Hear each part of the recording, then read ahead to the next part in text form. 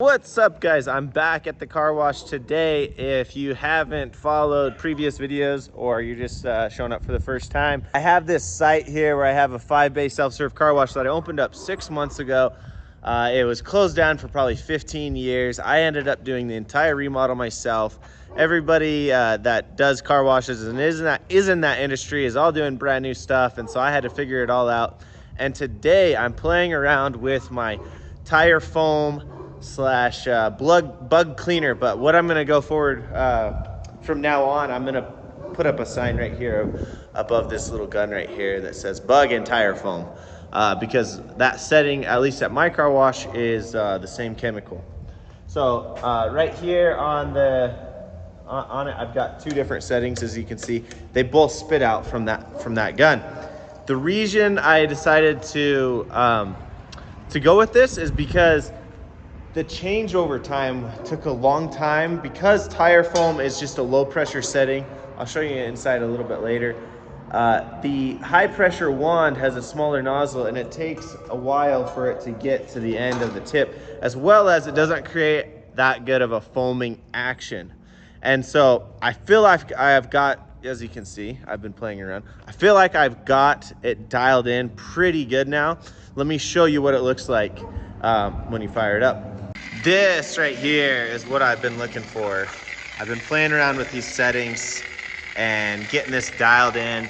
You can see it's like a light yellow slash neon green color, and just a little bit under like a shaving cream consistency, so that when you spray it on the car, it clings to it, and it takes just a few seconds before it starts dripping and running off, which is really cool.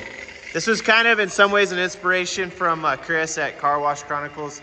He does something similar, and I thought it was a great idea because I don't even need a boom for this coming off, because it's a coil hose.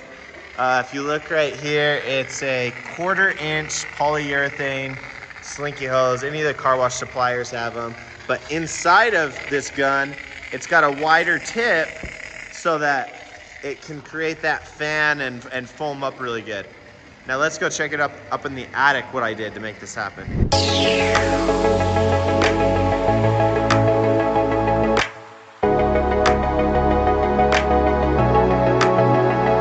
So what's going on right here is this is the wall for that bay that we were just in, and going straight down to that wall right there are 2 different settings: the foam brush, which is this one, and the tire cleaner. So foam, in order to make foam, you gotta have air and you gotta have chemical. So like, for example, on the foam brush right here, you have chemical and you have air. I put clear on this one specifically so that I could see chemical going through. You can't see air going through, so I just did it black. But this right here, it's on, that's the tire cleaner. So I have chemical and I have air, and I've ran it through what's called a foam generator.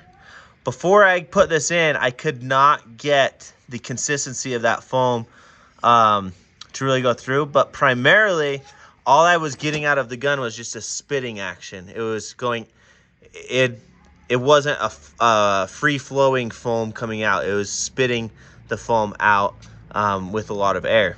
And so this helped a lot. I've got to make 3 more of these in order to finish off the other 3 bays I have going.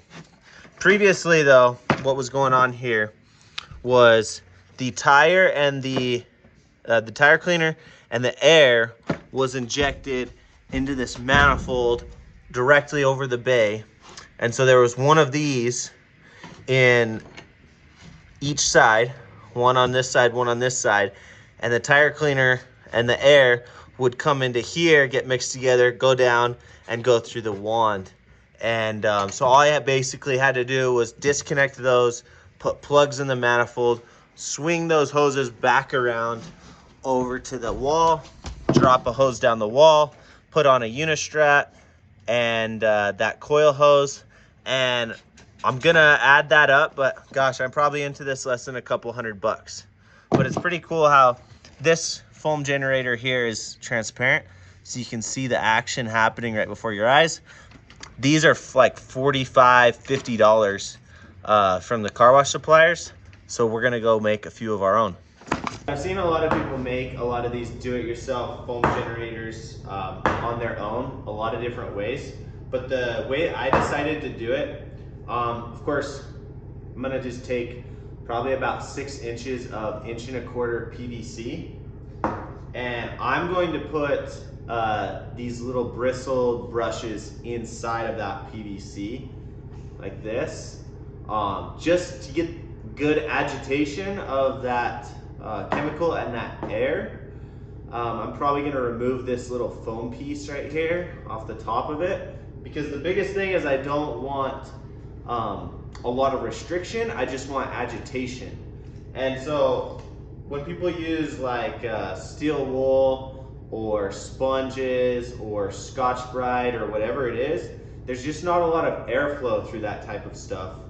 And I feel like this is the most imitated way of that one that I already have installed. That's from the car wash supplier, and the fit is almost like perfect. It's not gonna like move around there very much, and it's also not gonna be able to like clog the, you know, where it exits, but it's gonna agitate and stir that chemical up pretty good. And so I'm just gonna put that through, and then I'm gonna put a coupling on either side, just like this, and then I'm gonna slap a threaded adapter bushing into that. This will go down to 1/2 inch, and in the end of that, I'm gonna put one of these barbed fittings, which will reduce that down even further to 3/8 of an inch. And then that goes straight out down that black hose, down into my bay, where it converts over to the 1/4 inch polyurethane coil hose. And so let me hurry and whip one of these up, and we'll put it in, install it, see how it works.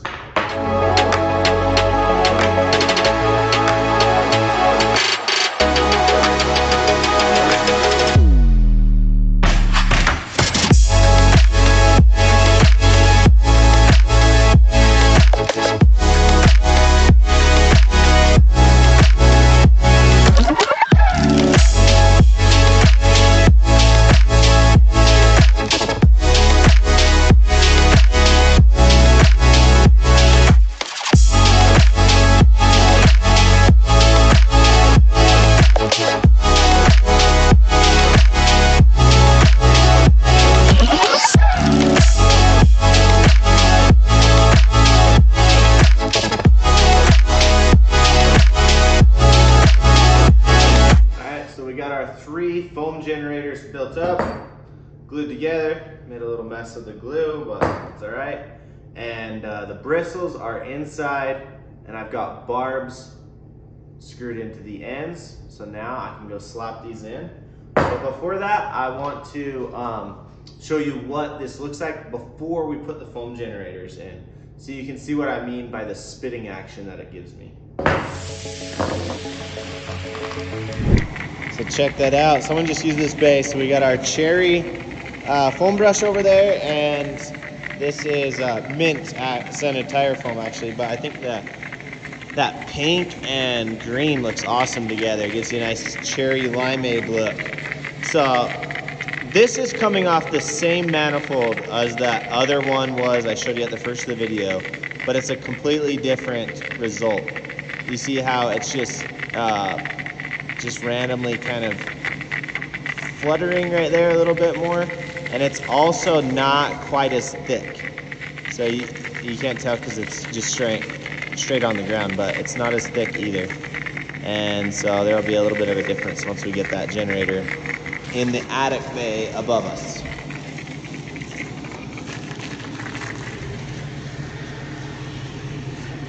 So if I would have known that I need a foam generator when I installed these things, I would have just put a nipple straight through to there and not had these extra fittings.